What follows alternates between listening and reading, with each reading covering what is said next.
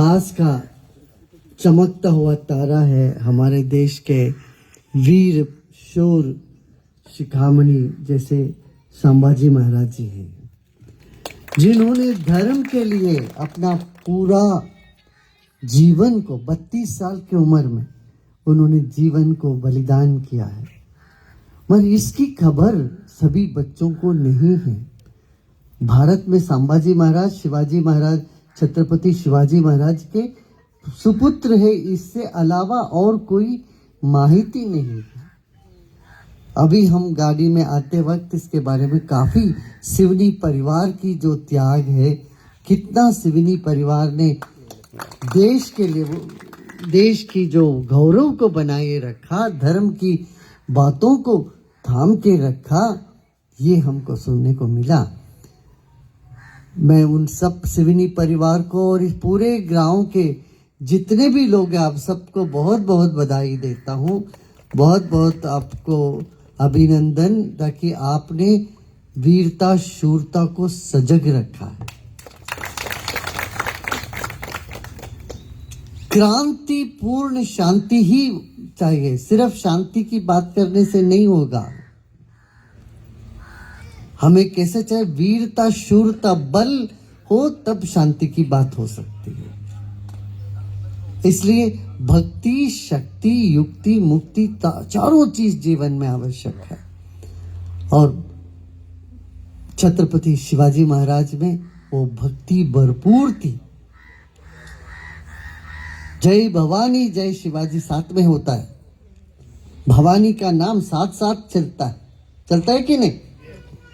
तो वो भवानी को उन्होंने अपने हृदय में रखा था। भवानी माँ का तुड़जा भवानी की पूजा अर्चना करते थे, उससे उनको बल मिलता था, पूरे देश को उन्होंने संभाला। ऐसे ही संभाजी महाराज जी भी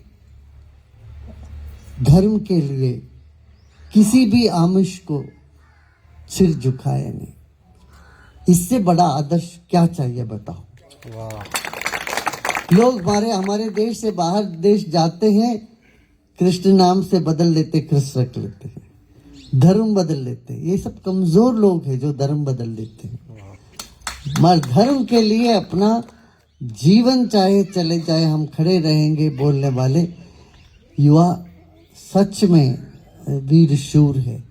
वो वैसा एक आदर्श है, उनमें से आदर्श मुकुट प्राय है हमारे संभाजी महाराज।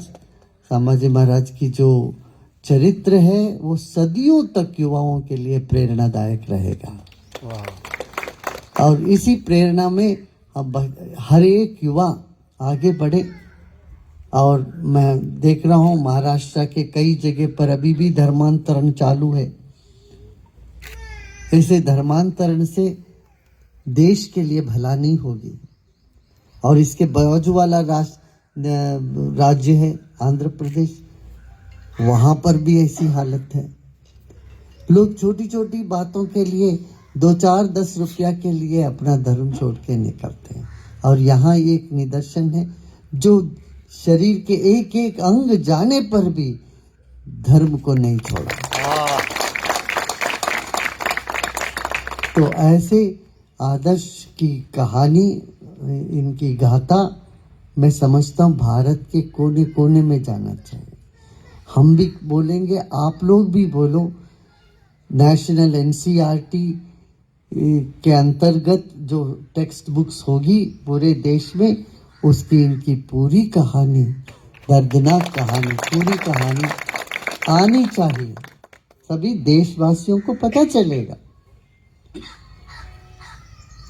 आपको शायद पता होगा या याद होगा, मैं 2004 में हमने कहा दिल्ली के जो मुख्य सड़क है उसका नाम, एक मुख्य सड़क में से औरंगजेब मार्ग रखा। हमने उस पर पूरा आर्टिकल भी लिखा। हमने कहा जिस राजा ने देश के कई मंदिर तोड़े, जिस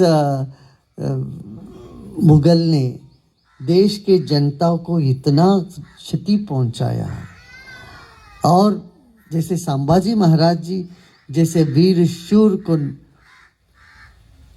बिल्कुल भी गलत तरीके से इन्होंने ट्रीट किया, उस व्यक्ति के नाम से सड़क नहीं होनी चाहिए। तो फिर वो चल के फिर 2014 में वो काम पूर्ण हुआ। उस सड़क का नाम बदल के एपीजे अब्दुल कलाम मार्ग रख दिया गया। तो ऐसा ही मैंने उसका उदाहरण ये दिया, आप पूरे जर्मनी में घूम के देखोगे एक भी सड़क का नाम हिटलर के नाम से नहीं होगा, जबकि हिटलर वहां राज्य करता रहा। हिटलर के नाम से कोई सड़क नहीं होगी, मुसोलिनी के नाम से कोई सड़क कहीं नहीं मिलेगा आपको। सद्दाम हुसैन के नाम पे कोई भी स्टैचू भी रहा तो वो सब भी लोगों ने नीचे कर दिया। हमारे देश में देखो, हम जिसने इतना जुल्म किया, देश के साथ इतना अन्याय किया, द्रोह किया, उस आदमी के नाम से हमने, राजा कहना भी अच्छा नहीं लगता, अच्छा नहीं लगता, उस आदमी के नाम से हम सड़कें बनाते हैं, उस नाम की नगर बसती है। ये तो देश की स्वाभिमान पर एक डब्बा है, दाग है। तो ये अवश्य जानना चाहिए। अच्छे अच्छे व्यक्ति हैं, हमें किसी समुदाय से कोई द्वेष नहीं है, सभी समुदाय को हम अपनाते हैं, यही सनातन धर्म की